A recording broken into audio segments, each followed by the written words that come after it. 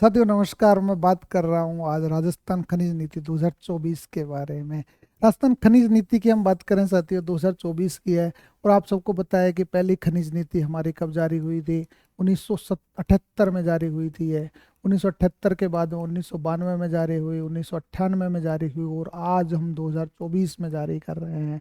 तो ये खनिज नीति के बारे में हमारी बात होगी। इसका जो मिनरल्स एंड माइंस विभाग, खनिज एवं पेट्रोलियम विभाग इसका नोडल विभाग है। आपसे कोई पूछा जाएगा इसका नोडल विभाग क्या है?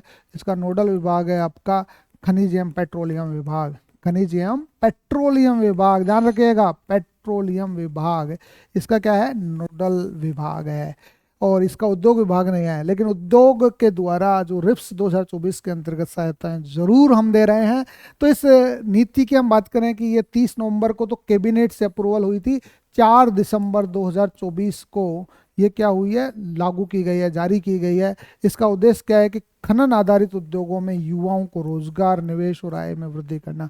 बेसिकली 2024-25 के बजट में राज्य खनिज नीति 2024 की बात कही गई थी, जिसमें यह था कि युवाओं को बढ़ावा देना है, हमें युवाओं को निवेश, आय और रोजगार सृजन के उपाय बताने और रोजगार सृजन में वृद्धि करना है। तो क्या क्या प्रावधान किए गए हैं? बेसिकली इसमें यह कहा गया है कि जो प्राइवेट सेक्टर की भागीदारी बढ़ाई गई है, पार्टिसिपेशन इन प्राइवेट सेक्टर्स। क्या किया गया है? खनिज ब्लॉक्स की प्री एम्बेडेड अनुमति, जो खनिज ब्लॉक्स हैं हमारे उसकी नीलामी करना। ये नीलामी कौन कौन से? आप सब लोग जानते होंगे कि हम प्रधान खनिज है, प्रधान खनिजों की बात करते हैं। प्रधान खनिजों का जो लाइसेंस है वो भारत सरकार द्वारा जारी किया जाता है। और प्रधान खनिजों की जो ब्लॉक्स हैं उसकी नीलामी ऑक्शंस के माध्यम से की जाएगी। जनजाति यदि ट्राइबल एरियाज में खनिज मिलते हैं तो उनकी बिड सिक्योरिटी आदि कर दी गई है। बिड सिक्योरिटी मतलब नीलामी, नीलामी को आधा कर दिया गया है, उसकी कॉस्ट जो आएगी।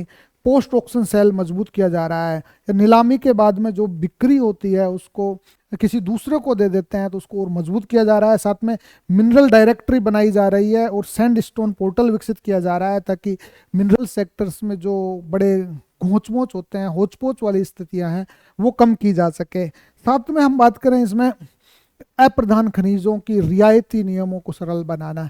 अप्रधान खनिज हैं जो हमारे, वो अप्रधान खनिजों को जो लाइसेंस दिया जाता है, जो पट्टा जारी किया जाता है, उसको बिल्कुल एग्जेम्प्टेड रूल्स बनाए जा रहे हैं, सिंपल रूल बनाए जा रहे हैं।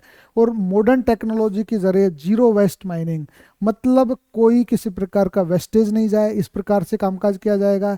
रॉयल्टी में कोई गड़बड़ी नहीं हो, इसलिए ऑनलाइन रोवन्ना जारी किया जाएगा, रिकवरी भी ऑनलाइन होगी इसकी। परमिट सिंप्लीफिकेशंस को बढ़ावा दिया जाएगा। इलीगल माइनिंग में जीरो टॉलरेंस की नीति अपनाई जाएगी। सरकार बड़ी गंभीर है कि यदि कोई इलीगल माइनिंग करता है उसके प्रति कोई संवेदनशीलता नहीं दर्शाई जाएगी, उसके लिए जीरो टॉलरेंस की नीति अपना रही है। उसके तहत जियो फेंसिंग कर रही है, जीपीएस ट्रैकिंग कर रही है, आरएफआईडी जो चेक पोस्ट है, मतलब उस आरएफआईडी के माध्यम से वहां से गुजारा जाएगा, ताकि किसी प्रकार की रेवेन्यू में कोई गड़बड़ न कर दे। और रिप्स 2024 के अंतर्गत जो भी मिनरल्स एंड माइंस को स्पेशल बेनिफिट्स हैं वो सब इसके अंतर्गत दिए जा रहे हैं। ये थी हमारी खनिज नीति 2024 के बारे में। उसके बारे में उससे पहले मैं आपको बता चुका हूँ, 77, 92, 98 और 2024 में खनिज नीति आई है। कैसी लगी आपको खनिज नीति? जरूर बताइएगा और देखते रहिएगा एथिका एजुटेक।